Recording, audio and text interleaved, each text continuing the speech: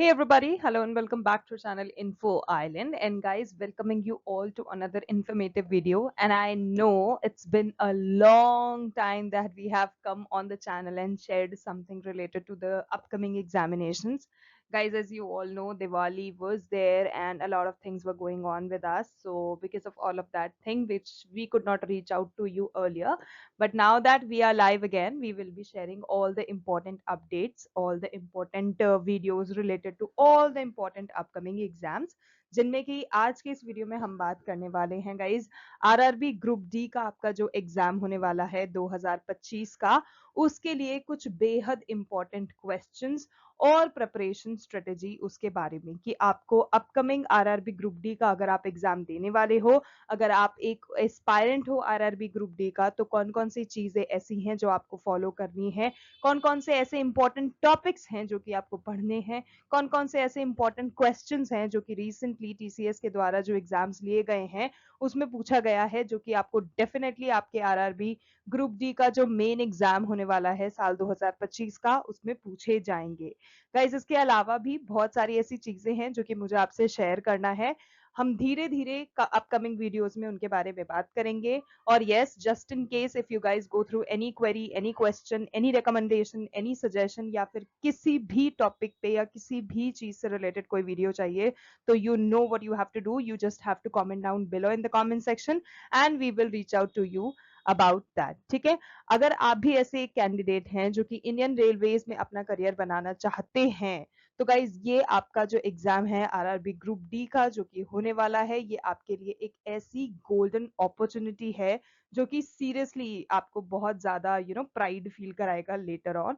So please बहुत कड़ी मेहनत करो और इस प्रिपरेशन में अपनी जान डाल दो, so that you will be very much proud of you yourself and your preparation in the end. ठीक है, so coming back to the video, जैसे कि मैंने आपको पहले बता ही दिया है, इस वीडियो में हम बहुत सारी इंपॉर्टेंट चीजें शेयर करने वाले हैं एंड उसमें से हम डिस्कस करेंगे आरआरबी ग्रुप डी का जो आपका एग्जाम का। ठीक है, हम कहते हैं ना कि बेबी स्टेप से शुरू करेंगे सो दैट आपको कहीं भी किसी भी चीज में प्रॉब्लम ना फेस करनी पड़े। सो बेसिकली हम बेसिक से शुरू करने वाले हैं, एग्जाम का जो पैटर्न है वो डिस्कस करेंगे सबसे पहले, सो दैट उन बच्चों के लिए आसान हो जाएगा जिन्हें कहीं भी थोड़ी बहुत दिमाग में उससे रिलेटेड कोई क्वेरी है या किसी भी तरह का कोई क्वेश्चन है। सो आरआरबी ग्रुप डी का बेसिकली एग्जाम पैटर्न डिस्कस करेंगे। उसके बाद हम डिस्कस करेंगे सेक्शन वाइज इंपॉर्टेंट टॉपिक्स कौन से हैं। ठीक है, ऐसे कौन कौन से सब्जेक्ट्स हैं जो कि आपके इस एग्जाम में कवर किए जाएंगे और उसके जो इंपॉर्टेंट टॉपिक्स हैं जो कि आपको पूछे जाएंगे वो हम आपको बताने वाले हैं। इसके अलावा गाइस, प्रीवियस ईयर के बहुत इंपॉर्टेंट क्वेश्चंस, वो सारे क्वेश्चंस जो कि पूछे गए हैं पहले भी और पूछे जाते हैं ऑलमोस्ट हर बार जिनसे रिलेटेड, वो सारी चीजें भी डिस्कस करेंगे जिससे कि आप उनको पढ़ना बिल्कुल ना भूलें। और सबसे इंपॉर्टेंट गाइस, एक्सपेक्टेड और मस्ट प्रिपेयर क्वेश्चंस, जिसका जो मेन मुद्दा है इस वीडियो को आपके लिए लाने का, जिसमें हम वो सारे इंपॉर्टेंट क्वेश्चंस डिस्कस करने वाले हैं जो कि आपके इस एग्जाम में उस दिन पूछे जाएंगे 110%। You can mark my words on that. तो चलो वीडियो को हम शुरू करते हैं और जरूर से एंड तक देखना वीडियो को, ठीक है, क्योंकि हर एक एस्पायरेंट के लिए ये जो वीडियो है ये गाइड गेम एक एक गाइड जो हम आपके लिए लेकर आए हैं, ये गेम चेंजर बन सकती है, क्योंकि आपको आपके हर एक क्वेश्चन का जवाब मिलने वाला है आज के इस वीडियो में related to RRB group D exam. ठीक है, और before getting into the questions, I would like you guys to know कि एक छोटी सी clarity basically RRB group D exam से रिलेटेड, कि ठीक है क्वेश्चंस तो देख लेंगे बट आरआरबी ग्रुप डी का जो एग्जाम होता है वो बेसिकली होता क्या है। So guys, let me just tell you, RRB group D जो है ये एक नेशनल लेवल रिक्रूटमेंट एग्जाम है जो कि रेलवे रिक्रूटमेंट बोर्ड, जिसको हम शॉर्ट में बोलते हैं आरआरबीज, उनके द्वारा कंडक्ट करवाया जाता है अक्रॉस इंडिया। और इस एग्जाम के थ्रू बेसिकली करते क्या है, इस एग्जाम के थ्रू रिक्रूटमेंट होती है अलग अलग पोस्ट के लिए। ठीक है, जो रेलवे रिक्रूटमेंट बोर्ड है अलग अलग पोस्ट के लिए वैकेंसीज निकालते हैं, उनके लिए एग्जाम्स कंडक्ट करवाते हैं, जैसे कि ट्रैक मेंटेनर ग्रेड हो गया, ग्रेड 4 हो गया, हेल्पर हो गया, असिस्टेंट हो गया। इसके अलावा भी बहुत सारे होते हैं, जैसे पॉइंट्समैन हो गया, लेवल 1 के जो स्टाफ होते हैं अलग अलग डिपार्टमेंट्स के जो कि इंडियन रेलवेज में होते हैं। ठीक है, उन सब के लिए वो अलग अलग कैटेगरी में अलग अलग लेवल पे वैकेंसीज निकालते हैं। इसके अलावा if we talk about the selection process, तो उसमें ज्यादा कुछ डिफिकल्टी नहीं है समझने में। सबसे पहले आपका एक सीबीटी यानी कि कंप्यूटर बेस्ड टेस्ट होता है, ठीक है, सीबीटी जिसको हम शॉर्ट में सीबीटी बोलते हैं, that is your computer based test, जिसमें आपका मेन टेस्ट कहलाता है, क्योंकि ये क्वालिफाइंग इन नेचर होता है। अगर आप इसको क्लियर कर लेते हो then you can go ahead with the examination. अगर आप इसको क्लियर नहीं कर पाते हो तो आगे की चीजें ऑब्वियसली वहीं रुक जाती हैं, then you again go back to the zero से शुरू करने का, ठीक है। मेन रिटन एग्जाम आपका यही होता है, ठीक है। उसके बाद आता है आपका फिजिकल एफिशिएंसी टेस्ट, जिसको हम शॉर्ट में पीईटी बोलते हैं। PET again guys it's very important, क्योंकि ये भी क्वालिफाइंग नेचर का होता है। आपके आगे क्या होगा सिलेक्शन प्रोसेस में, इन सब चीजों पे डिपेंड करता है, ठीक है। सो सीबीटी हो गया, पीईटी हो गया। अब क्या आता है, अब आता है आपका डॉक्यूमेंट वेरिफिकेशन और मेडिकल टेस्ट। तो वो सारी चीजें होती हैं जिसमें देखते हैं are you actually appropriate for the post और नॉट, उसमें वो सारी चीजें फिर देखी जाती हैं। एंड आरआरबी का ये जो ग्रुप डी 2025 का एग्जाम है, ये गाइस हम एक्सपेक्ट कर सकते हैं वेरी सून, लेकिन अभी तक क्यों, क्योंकि कोई ऑफिशियल नोटिफिकेशन आरआरबी ने अपनी वेबसाइट पर रिलीज नहीं किया है, तो we you know officially can not say much things, क्योंकि अभी काफी सारे एग्जामिनेशंस इन लाइन है, जैसे एसएससी की तरफ से भी अभी सीएचएसएल के एग्जाम्स पेंडिंग है। So yes, so that's about RRB का short synopsis. Now let's quickly move into the video and look for the other variant things जो कि हम आपके लिए इस वीडियो में लाए हैं, ठीक है। So guys as I just told you कि हम सबसे पहले बात करेंगे एग्जाम पैटर्न का और सब्जेक्ट वेटेज का। तो let me just tell you that, जिसमें आरआरबी ग्रुप डी का आपका जो सीबीटी होगा गाइज, वो आपका टोटल 100 क्वेश्चंस का होगा, और उसमें आपको टाइम मिलेगा 90 मिनट्स का, और हर एक क्वेश्चन में एक नंबर आपको मिलेगा, और हर एक गलत के लिए आपका 0.25 मार्क्स कट जाएगा, क्योंकि negative marking is there in this examination. Section weightage की अगर मैं बात करूं तो you have general science, mathematics, general intelligence, reasoning, general awareness and current affairs, इस तरह के कुछ आपके पास सेक्शंस हैं। नंबर ऑफ क्वेश्चंस 25 ईच रहेगा आपका for general science and maths, and 30 रहेगा आपका जनरल इंटेलिजेंस रीजनिंग का, और 20 रहेगा आपका general awareness and current affairs का। जिसमें लेवल अगर मैं बात करूँ ना कि किस लेवल तक की प्रिपरेशन आपको रखनी है, so you just need to prepare yourself 10th level basic, which is the basic.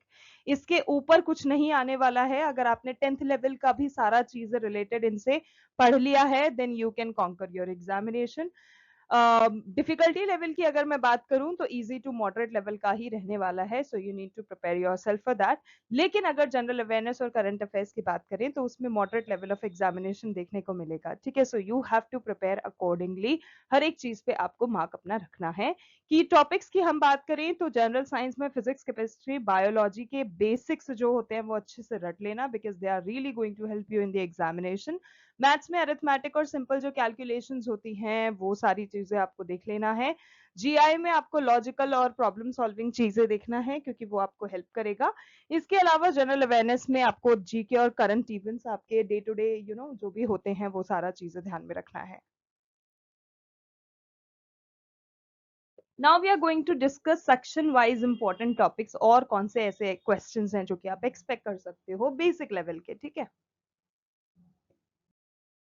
सबसे पहले बात करते हैं जनरल साइंस की। सो गाइस जनरल साइंस में आपको मोस्टली एनसीईआरटी लेवल के क्वेश्चंस, क्योंकि 10th लेवल है तो एनसीईआरटी ही इनफ है, लेकिन एनसीईआरटी का एक एक टॉपिक, एनसीईआरटी का एक एक पन्ने पे लिखा हुआ शब्द आपको पता होना चाहिए, जिससे कि आपको कहीं से भी कुछ भी पूछ लिया जाए, then you will be in a situation to handle that, ठीक है। कुछ ऐसे टॉपिक्स मैं आपको बता देती हूँ जो आपको हेल्प करेंगे इस एग्जाम में। तो गाइज इंपॉर्टेंट टॉपिक्स में हम बात कर लेते हैं लॉ ऑफ मोशन का, वर्क एनर्जी का, acids, basis, salts, metals and non-metals, human body system, nutrition, respiration, photosynthesis, और उससे रिलेटेड जो प्रोसेसेस होते हैं वो सब कुछ, and in the end we have sources of energy. तो ये सारी चीजें हैं आपकी जनरल साइंस की, जो कि बेहद इंपॉर्टेंट है।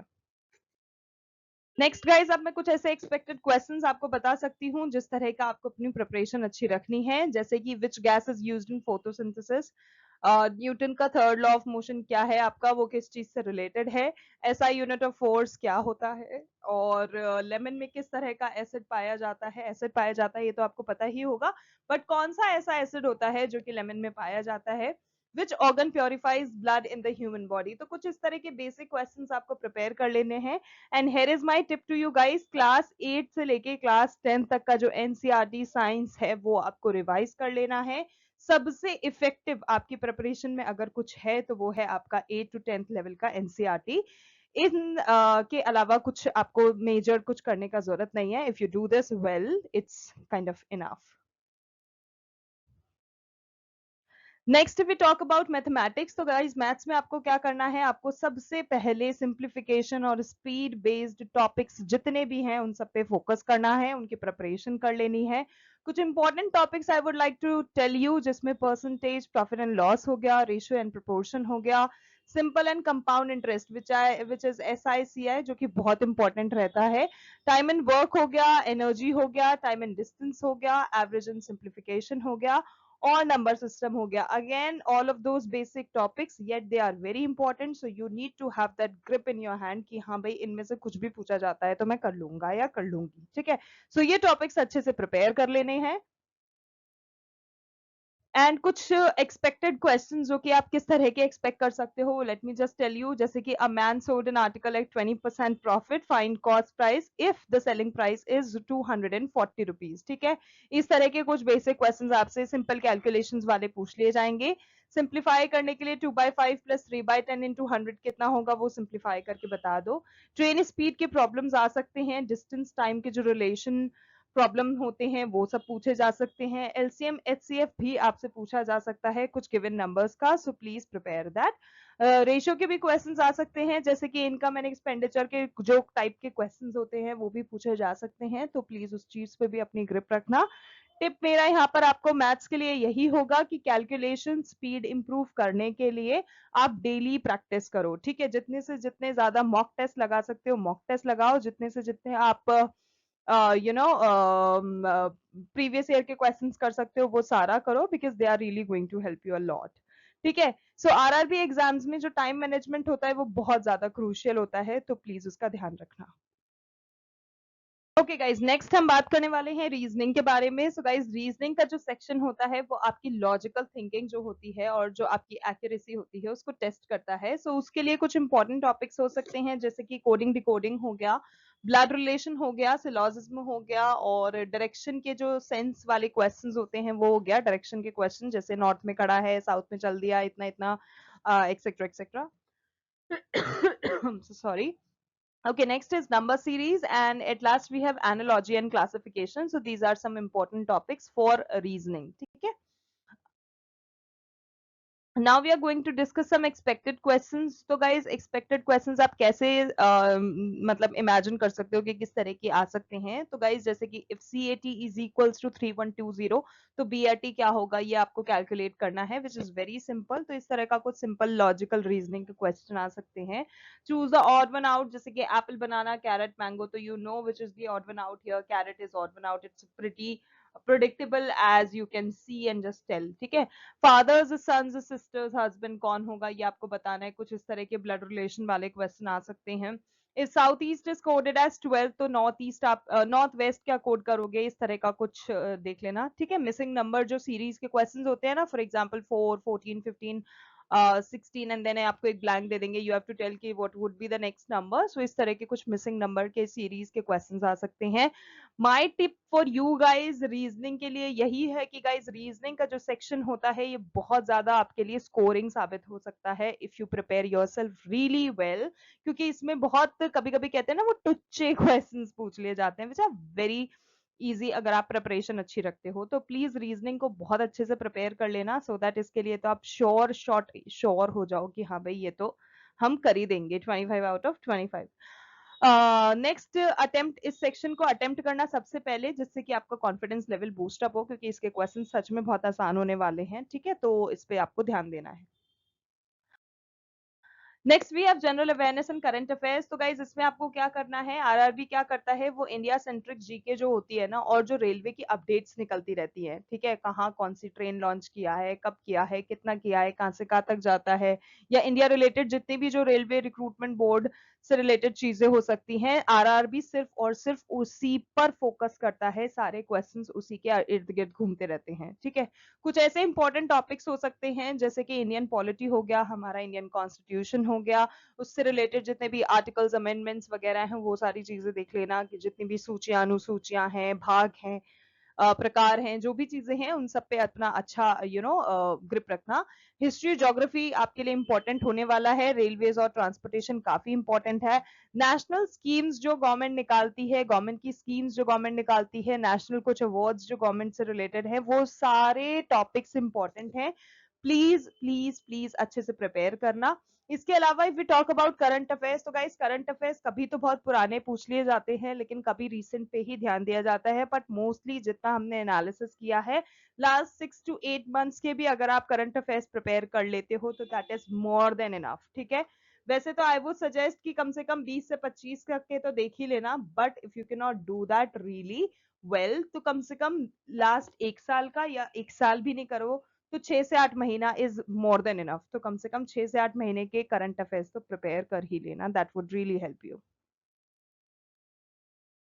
ओके, सो हम किस तरह के क्वेश्चंस एक्सपेक्ट कर सकते हैं फ्रॉम दिस सेक्शन? तो जैसे कि who is the current railway minister of India पूछ लिया आपसे, या फिर where is integral coach factory located, क्योंकि वो रेलवे से रिलेटेड ही भाई आपसे जीके पूछेंगे, आपका वही टेस्ट उनको करना है, तो उसी पे आपको अपना फोकस रखना है। जैसे कि what is the theme of Republic day 2025, which Indian one the 2024 Olympic medal in badminton, और कुछ और स्कीम जो हो गई जो कि वुमेन एम्पावरमेंट के लिए रिसेंटली लॉन्च करी गई है हमारी सेंट्रल गवर्नमेंट के द्वारा, स्टेट गवर्नमेंट के द्वारा, या फिर रेलवे में कुछ ऐसी चीजें हैं जो कि वुमेन एम्पावरमेंट के लिए की गई हैं, तो उन सब चीजों पे भी ध्यान रखना, उन सबको भी अच्छे से प्रिपेयर करना। माई tip for you guys for this section would be कि आपको अपने डेली न्यूज़पेपर पढ़ना है। अगर मैगजीन पढ़ने का शौक है, मैगजीन पढ़ो, न्यूज़पेपर पढ़ो, उससे आपके current affairs on a daily basis आपको पता चलता रहेगा, नेशनली इंटरनेशनली कौन सी चीजें कहाँ हो रही हैं, तो आप अपने आप को उस तरह से प्रिपेयर कर सकते हो। रेलवे रिलेटेड जो भी स्टैटिक जीके है उसको रिवाइज करते रहो। कहाँ से आपको करना है अगर आपको नहीं पता, तो मैं आपको सजेस्ट कर दूंगी कुछ ऐसी बुक्स जो कि आपको डेफिनेटली हेल्प करेगी, कुछ ऐसी सोर्सेज जो कि डेफिनेटली आपको हेल्प करेगी, but this is something that you have to do on a daily basis for a very good preparation. ठीक है, so that was section wise आपको क्या कर लेना है अलग अलग सब्जेक्ट्स में। अब मैं आपको कुछ ऐसी प्रिपरेशन टिप्स और आपको स्टडी की जो स्ट्रैटेजी है जो आपको फॉलो करनी है वो बताती हूँ, जो कि आपको बेहद मदद करेगी।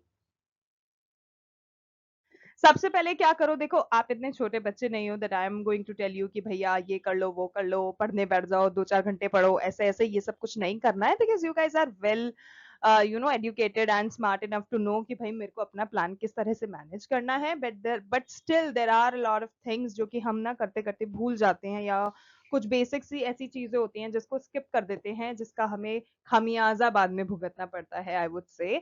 सो आपको कुछ नहीं करना है, you just need to make a weekly study plan जिसमें आपके सारे ही सब्जेक्ट्स कवर हो जाएं, ठीक है, जिसमें आपके सब सब्जेक्ट्स कवर करके आप बता दो भाई इतने समय पे मैं ये चीज पढ़ने वाला या पढ़ने वाली हूँ, ठीक है।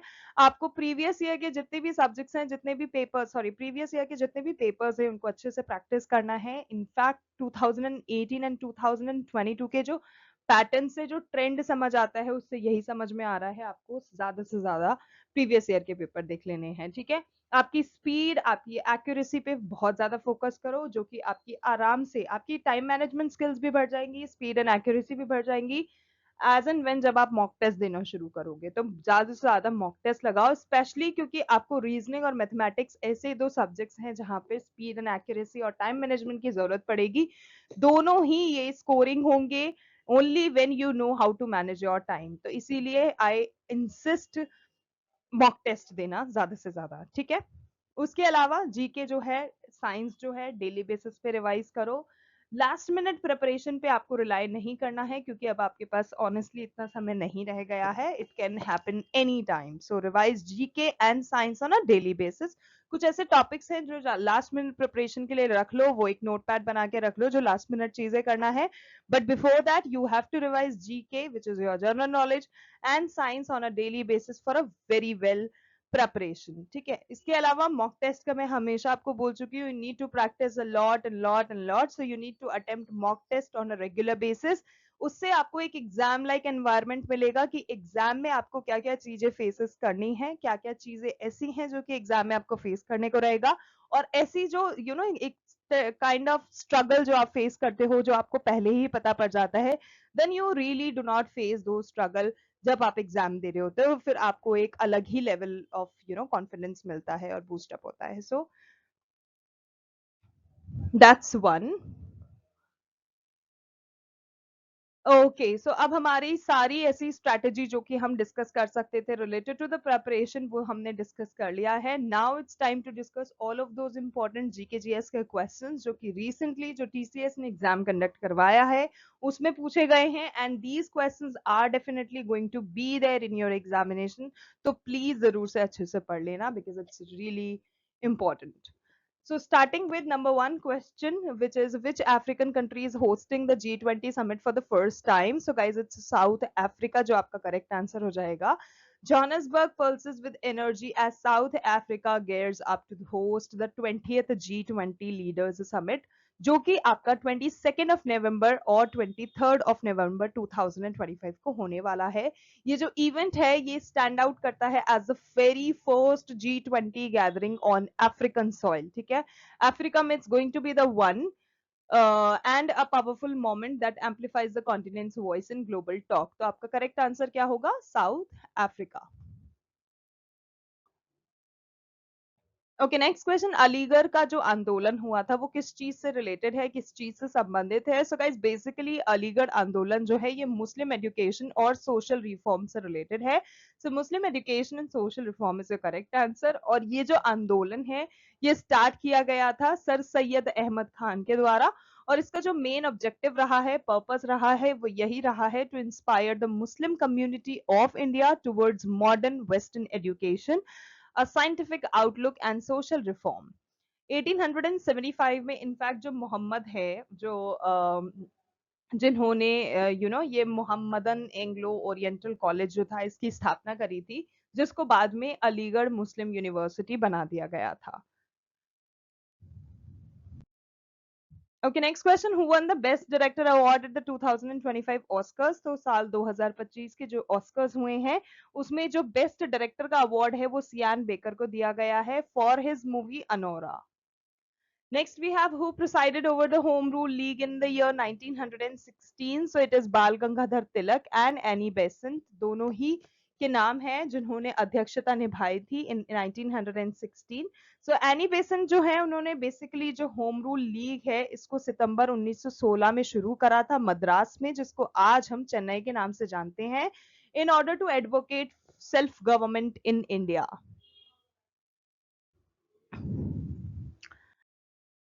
Okay, next is how many Indian states and union territories have a coastline? So as per the annual report 2022-2023, so साल 2022-23 का जो annual report आया है Ministry of Home Affairs का, उससे हम ये चीज बता सकते हैं कि इंडिया में जो कोस्टलाइन है वो फैली हुई है पूरे 9 स्टेट्स और 4 यूनियन टेरिटरीज तक। ठीक है, जिसमें जो इंडियन कोस्टलाइन है वो अप्रोक्सीमेटली स्पैन करता है आपका 7,516.6 किलोमीटर इंक्लूड करता है वो, जिसमें जितने भी आपके जो मेनलैंड्स होते हैं, जितने भी आइलैंड्स होते हैं, covering all of those. So 9 states and 4 union territories would be the correct answer. Okay, next question, which people is not included in the union cabinet ministers? So union cabinet जो basically होती है, it consists of prime ministers and the cabinet ministers जो कि appoint किए जाते हैं president of India के द्वारा। जो ministers of state होते हैं जिनमें independent charge होता है, और minister of state होते हैं जिनके पास independent charge नहीं होता है, both of these ministers can also be the part of the union cabinet. So all of these are those people who are not included in the union cabinet ministers. Next, we have which India state has the lowest population in slopy hills mountainous areas? So इसमें सबसे सटीक और सही जवाब आपका होगा सिक्किम, क्योंकि ऐसा स्टेट जिसका लोएस्ट पॉपुलेशन रहा है इंडिया में, इंडिया का लीस्ट पॉपुलेटेड स्टेट जो रहा है वो सिक्किम ही रहा है। स्लोपी और माउंटेनियस एरियाज हम कवर कर रहे हैं जो कि नेस्टल करता है हमारे ईस्टर्न हिमालयाज में, जिसमें if we talk about the population, so with a population of approximately 7,03,000 as of 2025, इसका जो वो हम कह सकते हैं, इसका जो नाम है वो अभी तक उस चीज में शामिल है, that it stands out for its serene landscapes, rich biodiversity and a very low population density. So Sikkim about that.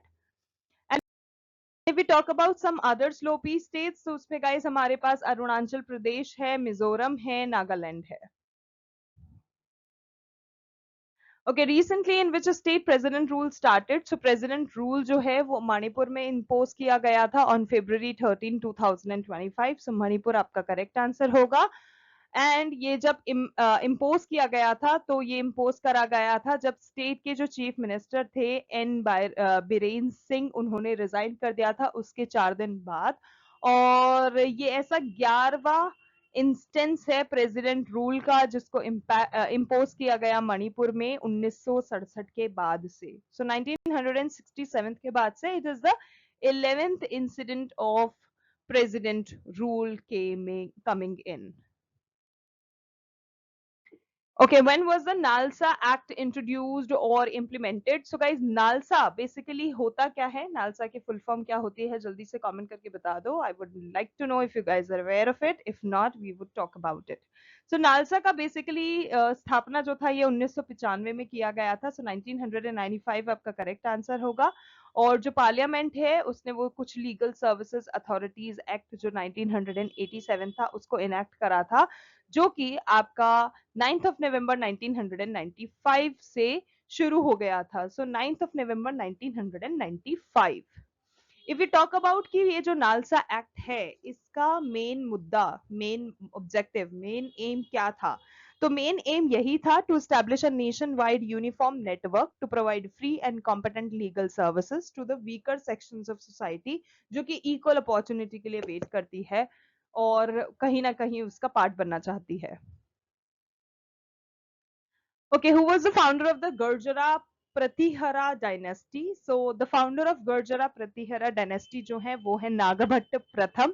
So Nagabhata प्रथम आपका करेक्ट आंसर हो जाएगा. उन्होंने इस डायनेस्टी को स्टेब्लिश करा जो कि रूल करती रही और जितने भी नदर्न एरियाज हैं, वेस्टर्न एरियाज हैं इंडिया के, नदर्न एंड वेस्टर्न इंडिया के, उस पर रूल करा है उन्होंने 8th and 11th centuries AD में. ठीक है, कुछ ऐसी सोर्सेस बताती हैं कि जो हरिचंद्र हैं उन्होंने उनको एज अ फाउंडर फिगर जाना जाता है, लेकिन जो नागभट्ट प्रथम है उन्होंने ही इस चीज की स्थापना करी थी. तो गर्जरा प्रतिहारा डायनेस्टी के if we talk about the original founder या फिर प्राइमरी फाउंडर आप कह सकते हो, तो it has to be Nagabhata प्रथम. Okay, next is who hosted the 2025 BRICS summit. So BRICS is Brazil, Russia, India, China and South Africa. So जो आपका BRICS summit है 2025 का, ये 17वीं ऐसी एडिशन है जो कि इस एनुअल गैदरिंग की है और ये ब्राजील के द्वारा ही होस्ट करा गया था. और ये हुआ कहाँ था? It happened in the city Rio de Janeiro 6 to 7 यानी कि 6 जुलाई एंड 7 ऑफ जुलाई 2025 को ये समिट होस्ट किया गया था ब्राजील में. Okay, which is not a traditional dance of Rajasthan. So as we all know, a lot of traditional dance जो कि राजस्थान के हैं, but there are several dance जो कि राजस्थान के नहीं है, जिसमें ऑप्शन में अगर आपको तरंग दिया जाता है तो वो भी सही है, दमहल दिया जाता है तो वो भी सही है, as both of these dance forms are not a traditional dance of Rajasthan. जिसमें अगर हम बात करें कुछ ऐसे डांस फॉर्म्स की जो कि राजस्थान से बिलोंग करते हैं, तो उसमें है घूमर नंबर 1 पे, क्योंकि हम सब जानते हैं Ghoomar is the most prestigious, famous folk and known dance form of Rajasthan. इसके अलावा कालबेलिया हो गया, कठपुतली हो गया, गैर हो गया, चारी हो गया, ये कुछ ऐसे फेमस फोक डांस हैं जो कि राजस्थान में परफॉर्म किए जाते हैं. And yes, among the options जिसमें आपको दिए गए थे, आपको दमहल एक ऐसा ऑप्शन था जो कि हमारे राजस्थान में परफॉर्म नहीं किया जाता है. दमहल जो एक डांस फॉर्म है, ये जम्मू कश्मीर का डांस फॉर्म है और जो जम्मू कश्मीर की वाटल ट्राइब जो कम्युनिटी है वो इस को डांस परफॉर्म करती है. दमहल डांस जो है वो सिर्फ और सिर्फ जो मेन फोक डांसर्स होते हैं वाटल ट्राइब के, उनके द्वारा ही किया जाता है. और यस, इसके अलावा मैं आपको बता ही चुकी हूँ, घूमर, कठपुतली, गैर और कालबेलिया जो हैं, ये कुछ ऐसे ट्रेडिशनल डांस फॉर्म्स हैं जो कि राजस्थान में किए जाते हैं.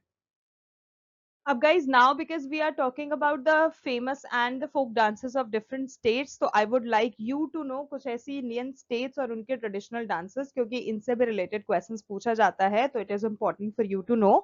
तो महाराष्ट्र की अगर हम बात करें तो गाइस, महाराष्ट्र के कुछ डांस फॉर्म हैं जिसमें लावणी, तमाशा, नकटा, कोली, लेजिम, गफा, दहिकला, दशावतार और मौनी शामिल हैं.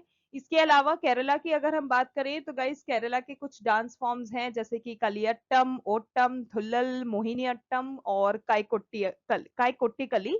सो these are some of the important and traditional dance forms of Kerala. इसके अलावा if we talk about Karnataka states का, तो यक्षगन, हुतरी, स्नगी, सुग्गी सुग्गी कुनीथा, करगा, लांबी, ये कुछ ऐसे हैं जो कर्नाटका में किए जाते हैं. मध्य प्रदेश की अगर हम बात करें तो कारमा, जवारा, आडा, खाड़ा नाच, फुलपट्टी, ग्रिडा डांस, सेरा लारकी, सेला भदौनी, मांच, ये कुछ ऐसे डांस फॉर्म्स हैं जो कि मध्य प्रदेश में किए जाते हैं. एंड अगर हम बात करें जम्मू एंड कश्मीर की, सो गाइस, दमहल हो गया, राउफ हो गया, हिकत, मंडजास, कुड़ दांडी नाच और दामाली, ये कुछ ऐसे डांस फॉर्म हैं जो कि जम्मू एंड कश्मीर में किए जाते हैं. इंपॉर्टेंट है, एक एक नाम जरूर से याद रखना. Okay, next question we have, how many types of writs are provided in the Indian Constitution? I am expecting आप सबको ये पता होगा कि guys, जो writs हैं, वैसे तो देखो अगर मैं बात करूं 5 तरह की writs हैं, जिसमें से जो इंडियन कॉन्स्टिट्यूशन होता है वो सिर्फ और सिर्फ 2 इस तरह की writs हैं जो कि आर्टिकल 32 और आर्टिकल 226 में बयां की गई हैं, जिनके बारे में, जैसे आर्टिकल 32 जो है वो बोलता है कि जो सुप्रीम कोर्ट है उसके पास पावर होती है to issue writs on the violation of fundamental rights. And under article 226 we talk about the high court has the power to issue writs. कुछ इस तरह की चीजें हैं, ठीक है, जिसमें कि yes, total number of type of writs की अगर मैं बात करूं जो कि हमारे इंडियन कॉन्स्टिट्यूशन में है, तो वो है 5. कौन कौन सी? हाबियस कॉर्पस हो गया, मैंडमस हो गया, प्रोहिबिशन हो गया, सर्टियोरी हो गया और को वारंटो हो गया. तो ये वो 5 टाइप ऑफ रिट्स है जो कि हमारा इंडियन कॉन्स्टिट्यूशन प्रोवाइड करता है. Okay, next question. According to the Indian Constitution, how many times must the president summon each house of parliament and under which article it is mentioned? So basically, according to Article 85 subsection 1, जो कि आपका correct answer हो गया, ठीक है, इस section में इस article में mention है, and इस article में ये चीज दिया गया है, according to this article of Indian Constitution, जो president होता है, it shall from time to time summon each house of parliament to meet at such time and place as he thinks fit. तो ये चीज आपकी आर्टिकल 85 सबसेक्शन 1 में given है. Next we have which Muslim organisation oppose the Waqf amendment act in India. तो इसमें guys जो main board है, ठीक है, जो मेन बोर्ड है जो कि आपका मुस्लिम कम्युनिटी में आता है, वो है आपका AIMPLB, which is the all India Muslim personal law board. ठीक है, AIMPLB. और ये जो all India Muslim personal law board है, इसके अलावा हमारे पास कुछ ऐसे और ऑर्गेनाइजेशन हैं जो कि इन चीज में इंक्लूडेड हैं, जैसे कि जामियात उलामा ए हिंद हो गया, जमात ए इस्लामी हिंद हो गया, इमारात ए शारिया हो गया. तो ये सारी चीजें हैं, लेकिन सिर्फ जो AIMPLB है, विच is your the all India Muslim personal law board, उसके पास ये स्ट्रांगली उसने अपोज किया था वक्फ अमेंडमेंट बिल, जो कि ये चीज असर्ट करता है that if the bill is passed it will launch an all out legal and constitutional fight to challenge it. So AIMPLB is the correct answer.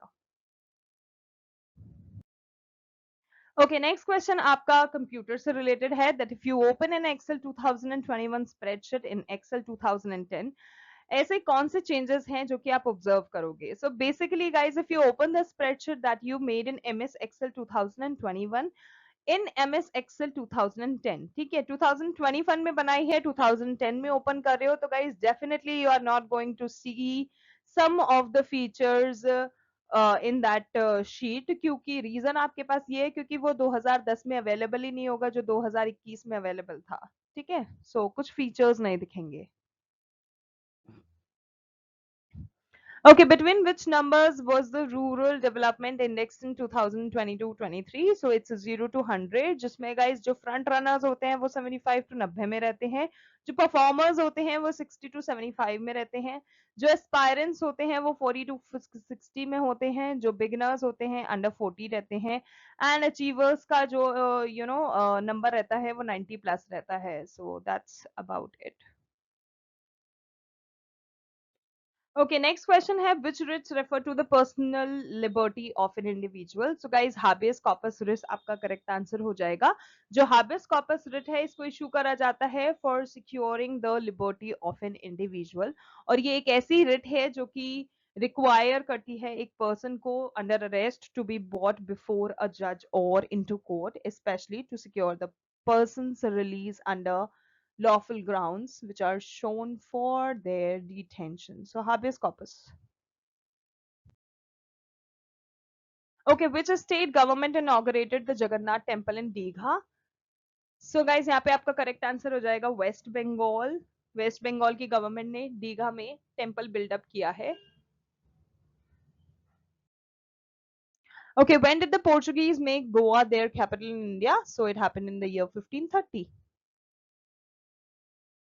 When did the Portuguese rule in India begin? So Portuguese India name used for those parts of India जिसमें जो Portuguese थे उनका rule चलता था, and 1505 से लेके दिसंबर 1961 तक उन्होंने rule करा है इंडिया पे, जिसमें कुछ ऐसे isolated tracts हैं जिसमें गोवा का भी नाम शामिल है, दमन का भी नाम शामिल है, and with the separated territory of Dadra and Nagar Haveli and Diu also. Okay, where does Narmada River originate? So Amarkantak is the place जहां से Narmada River originate करती है. MS PowerPoint में जो shortcut Control plus M है वो क्या करता है? So it is used to insert a new slide into the presentation. Full form of AIDS आपसे पूछा जा सकता है, so you should know the full form of AIDS is acquired immune deficiency syndrome and it is basically a disease जो कि HIV यानी कि human immunodeficiency virus के द्वारा cause होता है, जो कि आपका immune system बहुत ज़्यादा weak कर देती है, making it difficult for the body to fight off infections.